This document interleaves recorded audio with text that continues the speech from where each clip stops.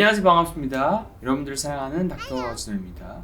오늘 얘기할 주제는 자폐증에 대한 주제인데요. 자폐증뿐만 아니라 소아내질환 장애 여러 가지가 있죠. 주의력 결핍 장애, 아스퍼거 신드롬, 과잉 행동 장애 이런 것들에 다 해당되는 내용입니다. 근데 사실 기능학적인 관점은 일반적인 관점과 틀립니다. 일반적으로 약을 써가지고 증상을 완화시키는 치료보다는 자폐증을 기능학의 관점에서 봤을 때는 내과적인 질환이라고 봅니다. 그래서 왜 내과적인 질환인지에 대해서 오늘 좀 설명을 해드리려고 합니다.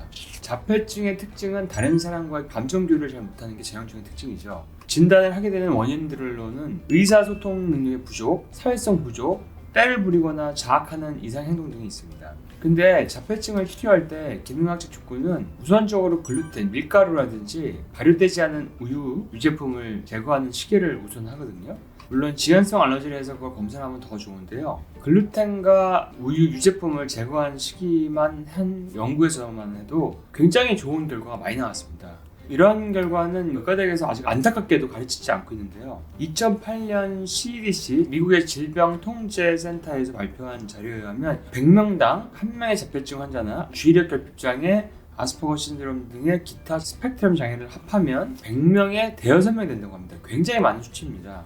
혹자는 이게 유전 때문이라고 얘기하는데 물론 유전적인 요인도 없지는 않습니다. 하지만 그게 후천적으로 교정이 가능한 부분도 있고 그 다음에 자폐 스펙트럼 장애가 증가하고 있다는 것은 유전적인 요인이 아니라는 증거가 될 수도 있습니다.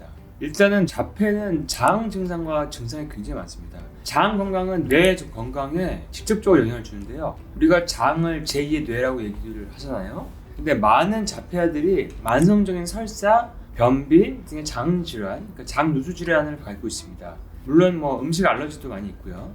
근데 만성적인 장 질환을 가지고 있으면 면역 수치가 많이 떨어져야 됩니다. 왜냐하면 우리 몸에 면역을 담당하는 면역 세포들이 장에 집중적으로 분포하고 있기 때문인데요. 그래서 많은 자폐아들이 면역 저하로 만성적인 감기, 중이염, 현도비대, 후두염 이런 것 등을 많이 앓고 있습니다. 잦은 감염을 앓고 있죠. 근데 그걸로 항생제를 먹고 또 장이 안 좋아가지고 이런 반복을 계속하게 됩니다. 그러니까 자폐증은 난치성 뇌질환이라기 보기보다는 만성염증, 독소, 산화 스트레스 등의 원인으로 발생하는 질환으로 보는 게 맞습니다. 그리고 그렇게 치료했을 때 호전이 보이는 것이 보이고요. 첫 번째 만성염증은 안 맞는 음식, 가공음식, 트랜스지방, 태운 음식들, 첨가류, 색소 있는 이런 음식들, 그 다음에 만성적으로 장이 안 좋은 상태에서 오는 경우가 많습니다. 그러니까 만성염증은 장 건강과 식단과 연관이 크다는 얘기죠.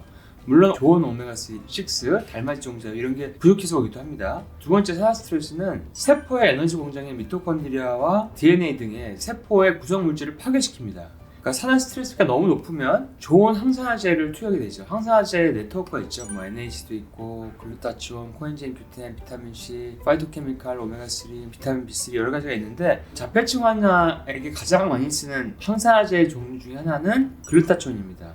왜냐하면 글루타치온이 해독 능력이 뛰어나기 때문에 그런데요. 독소가 환경오염의 증가 때문에 점점 늘어나는 실정이고 아이들이 독소의 노출이 계속 증가됩니다. 그 독소의 노출이 증가되면 아토피나 자폐증, ADHD 이런 질환들이 증가하게 됩니다. 그 다음에 잔류성 유기물질들이 있죠. 팝스라고 하죠. 그러니까 미세 플라스틱, 살충제, 제초제, 스티로폼 이런 것들이 있는데 이런 독소와 수은이나 납 같은 이런 중금속이 자폐증의 큰 원인 중에 하나이고 이런 독소가 많은 곳에서 자폐증이 증가한 연구도 있습니다. 그러니까 내과 질환이다. 그러니까 몸 안에 있는 것을 교정해서 치료를 하면은 자폐증이 나아질 수 있다는 유전적인 질환만이 꼭 아니라는 거죠. 몸은 스스로 독소를 제거하지 못하면 독소가 몸 안에 남아서 손상을 일으킬 뿐만 아니라 영양소의 흡수를 방해하고 신경 전달 물질 자체를 만드는 걸 차단하고 몸 전체를 파괴한다고 합니다. 자폐증이 내과 질환이라는 것을 이해를 좀 돕기 위해서 오늘 영상을 찍었으니까 좀 참조해 주시기 바라고요. 장 치료와 해독이 중요하다는 사실을 기억해 두시고 다음 시간에 이어서 설명드리도록 하겠습니다.